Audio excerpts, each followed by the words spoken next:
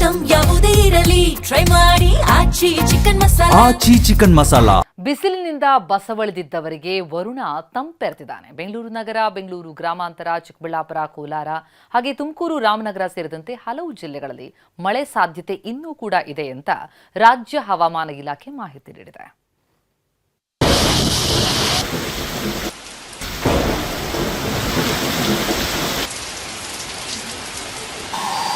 ಅದೆಂಥ ಜಳ, ಅದೆಂಥ ತಾಪಮಾನ.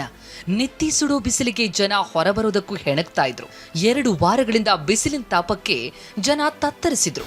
ಆದ್ರೀಗ ರಾಜ್ಯದ ಹಲವೆಡೆ ಮಳೆಯಾಗಿದೆ, ಇಳೆ ತಂಪಾಗಿದೆ. ವರುಣಾರ್ಭಟ ದೃಶ್ಯ 1. ವಾಹನ ಸವಾರರ ಪರದಾಟ. ಬಿಸಿಲಿನಿಂದ ಬೆಂಕಿಯಂತಾಗಿದ್ದ ಬೆಂಗಳೂರಿಗ ಕೂಲಾಗಿದೆ. ನಿನ್ನೆ ಸಂಜೆ ನಗರದ ಹಲವೆಡೆ ಗುಡುಗು ಮಿಶ್ರಿತ ಮಳೆಯಾಯಿತು. ಶಾಂತಿನಗರ, ಮೆಜೆಸ್ಟಿಕ್ ಕಾರ್ಪೊರೇಷನ್ ಸೇರಿದಂತೆ ಹಲವೆಡೆ ವಾಹನ ಸವಾರರು ಪರದಾಡುವಂತಾಯಿತು.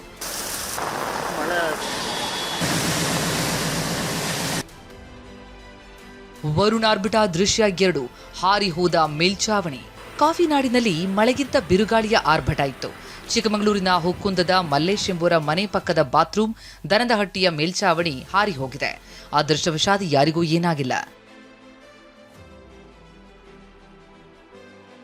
ವರುಣಾರ್ಭಟ ದೃಶ್ಯ 3. ತಂಪಾದ ಇಳೆ. ಬೇಸಿಗೆಗೆ ಕೋಲಾರದ ಜನ ಹೊರಗೆ ಹೋದ್ರೆ ಬೆಂಕಿಯಂತಹ ಬಿಸಿಲಿನ ಅನುಭವ ಆಗ್ತಾ ಇತ್ತು. ಈಗ ಬಂಗಾರಪೇಟೆ ಸೇರಿ ಕೋಲಾರ ಜಿಲ್ಲೆಯಾದ್ಯಂತ ಗುಡುಗು ಸಹಿತ ಸಾಧಾರಣ ಮಳೆಯಾಗಿದೆ.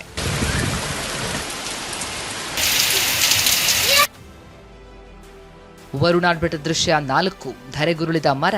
ಅತ್ತ ಹಾವೇರಿಯಲ್ಲಿ ಮಳೆಗೆ ಜನ ತತ್ತರಿಸಿದ್ದಾರೆ.